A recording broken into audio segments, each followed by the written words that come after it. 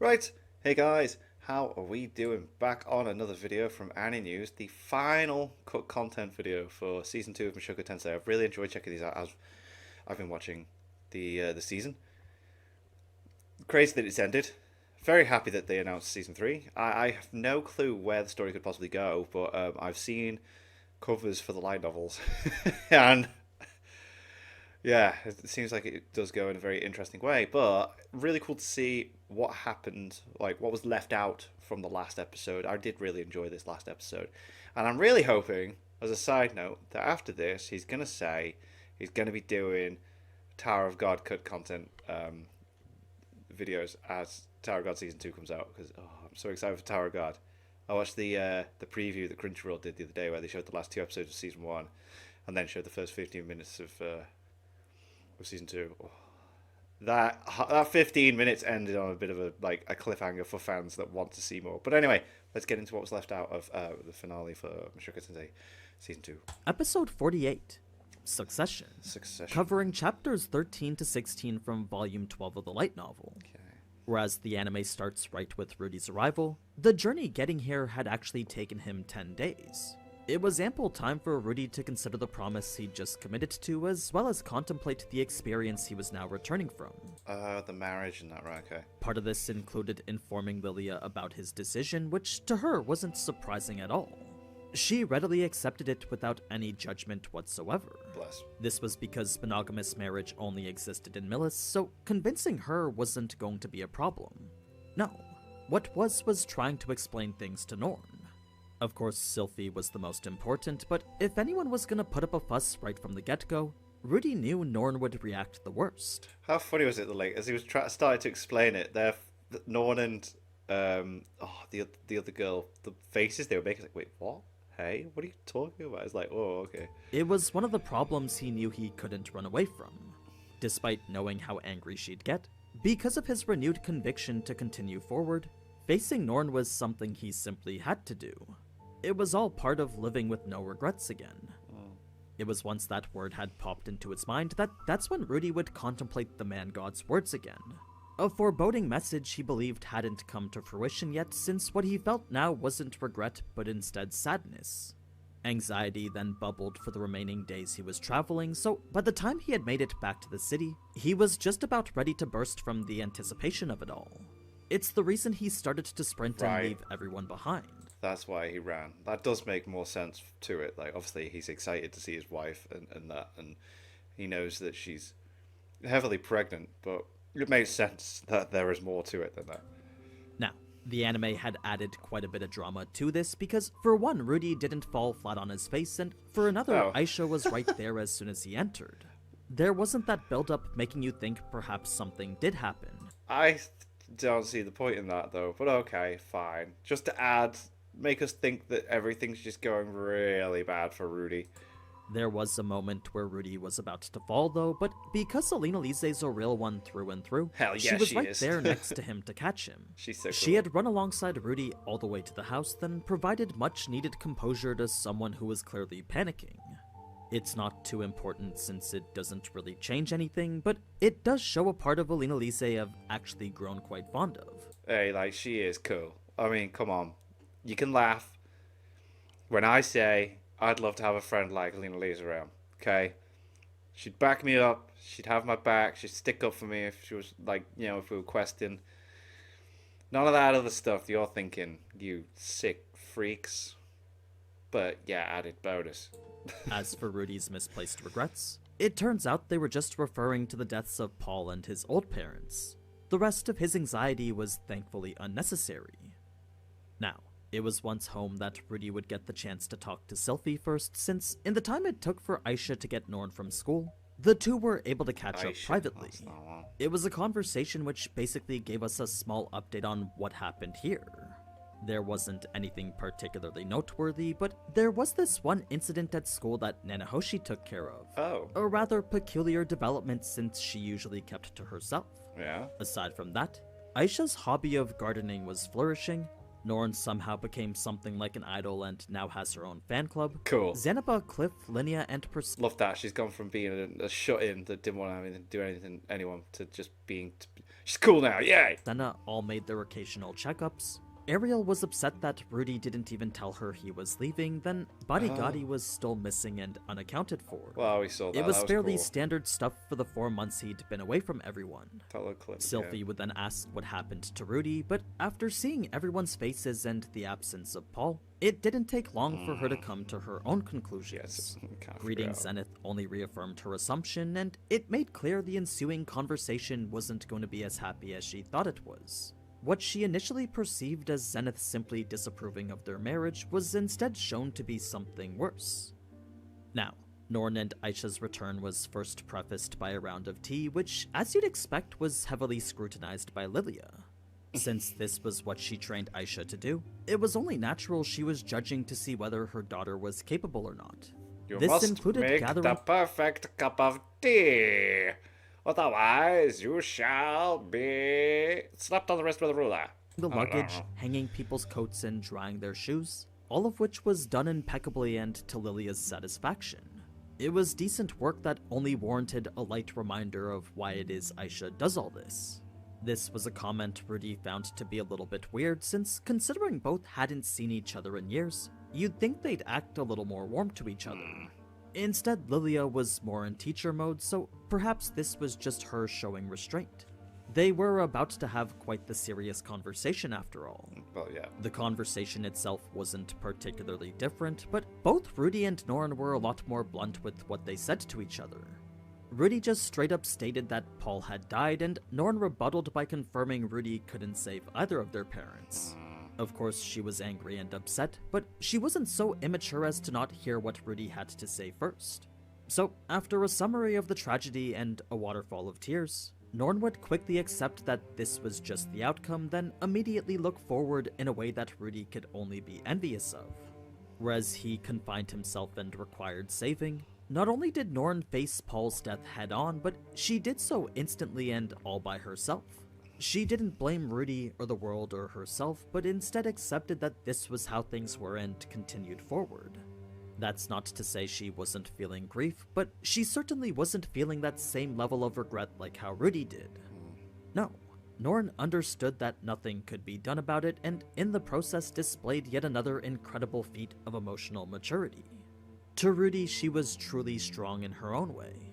This was further exemplified when she alone understood the feelings Aisha was holding back, since what Rudy mistook for Aisha trying to be distant from Lilia, Norn recognized as Aisha showing restraint. Yeah. One glance was all it took for Norn to understand Aisha's true emotions here. Bless. Sisterly love. And then she's like, blah, zara. Now, we saw Norn take Paul's longsword after this, but what we didn't see was how Aisha took his other one.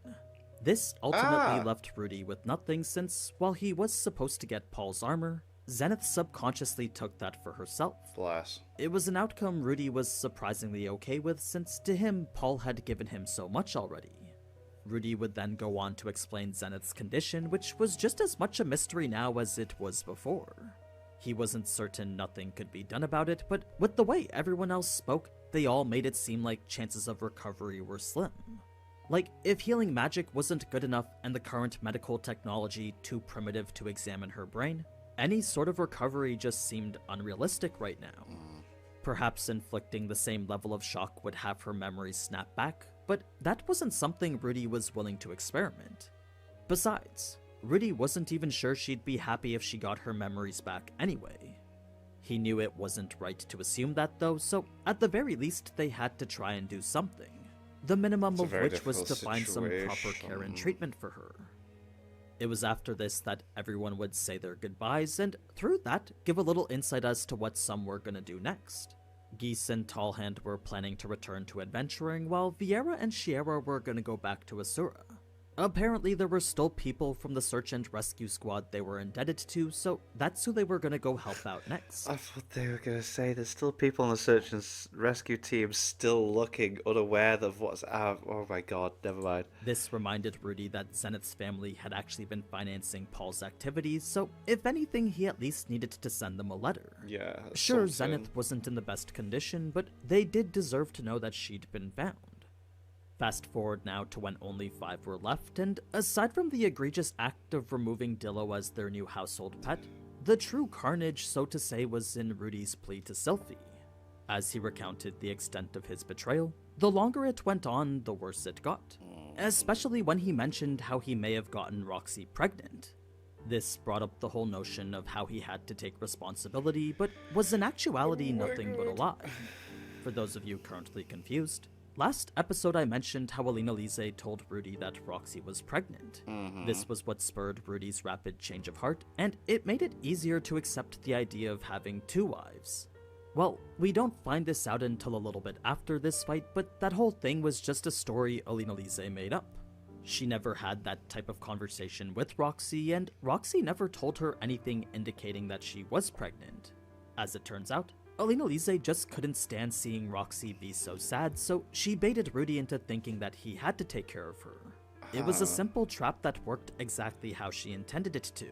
A little white lie that simply sped up what was likely inevitable. It's gonna happen So, anyway. Roxy isn't pregnant and she never was, but the notion she was a major part Okay. in things turning out this way.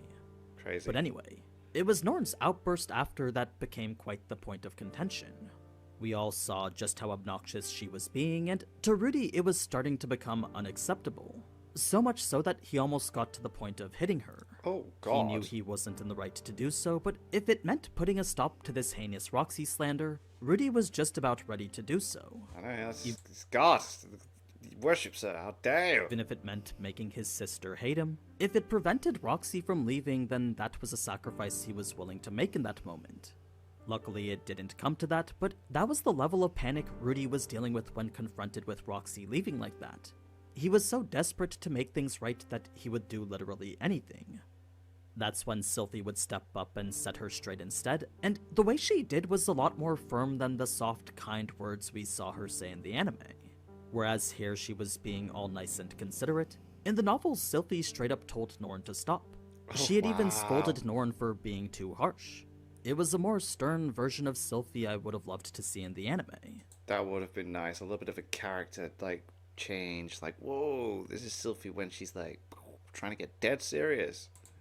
This brings us now to why Sylphie was so understanding of everything, and in addition to all we saw her say already, there was an interesting caveat she mentioned for the scenario when Rudy did sleep with someone else. Sylphie knew that when he inevitably did, he would also be loyal enough to want to bring her into the family. Not once did Sylphie think she'd have Rudy to herself forever. The reason she was so surprised when the topic came up then was because she never expected it to happen during this trip here.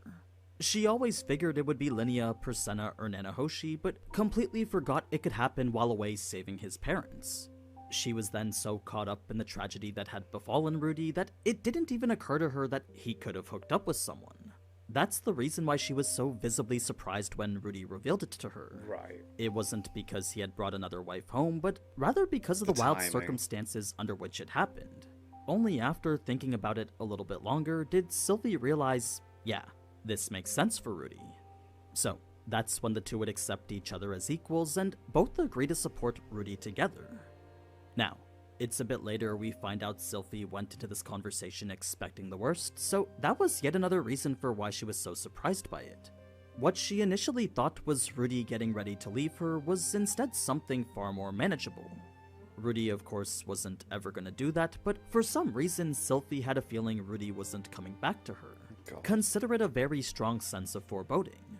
Sylphie, Roxy, and Rudy would then get the chance to talk in private, the majority of which was spent discussing how things would work from now on. They had decided Sylphie would get Rudy until she gave birth, and after that the two would split their time with him equally. Right. This was an idea that came directly from Sylphie, since to monopolize Rudy wouldn't be fair to Roxy. There was also no telling when Rudy might come home with a third wife. Of course, Rudy had Jesus zero intention of Christ. doing so, but I have a feeling Eris is going to come back at some point, and I feel like, oh, he is making a harem. in the off chance he did, Sylphie knew her and Roxy needed to spend as much time as possible with him now.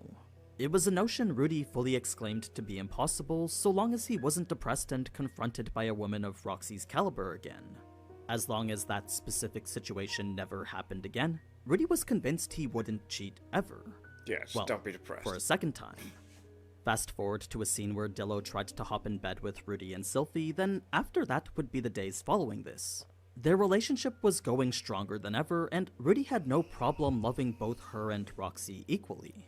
He figured as long as he kept doing what he was doing, then maybe he could get by even with a third wife. Roxy now spent her days as a professor at the university, and it wasn't long before she'd been introduced to everyone. 1 month later was Sylphie's delivery, and aside from this being the third that Rudy has been a part of, there was a scene right after where Rudy would ask Roxy to do the same for him. He had essentially just witnessed the birth of his first child, then immediately went to Roxy and told her she was next. Some may consider this hopeless behavior, but to Rudy he was genuinely looking forward to it. It was all part of his resolve to living life to the fullest.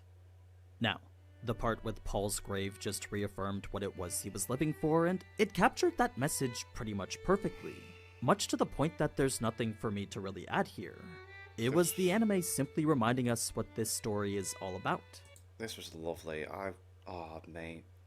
When he walks away and then the wind blew and he turned around. Just... yeah. The portrayal of Rudy's continued journey forward. So that's that for Mushoku Tensei Season 2. For those of you that only watch my channel for this anime, I guess I'll see you back here when Season 3 comes out. But what's next? If not, then you can always check out my videos on Tensura too. That's the anime I'll be talking about till ReZero in October. Okay.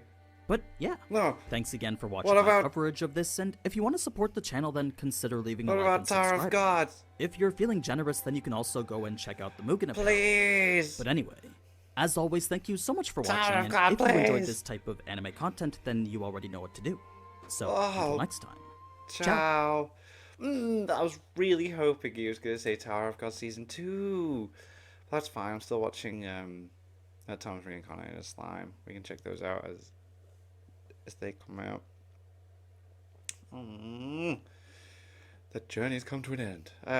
So he's going to do ReZero as well. So yeah, we'll be on those. Definitely be on those. If he does do Tower of God, I'll be checking them out as well. I'm so disappointed that didn't happen at the end.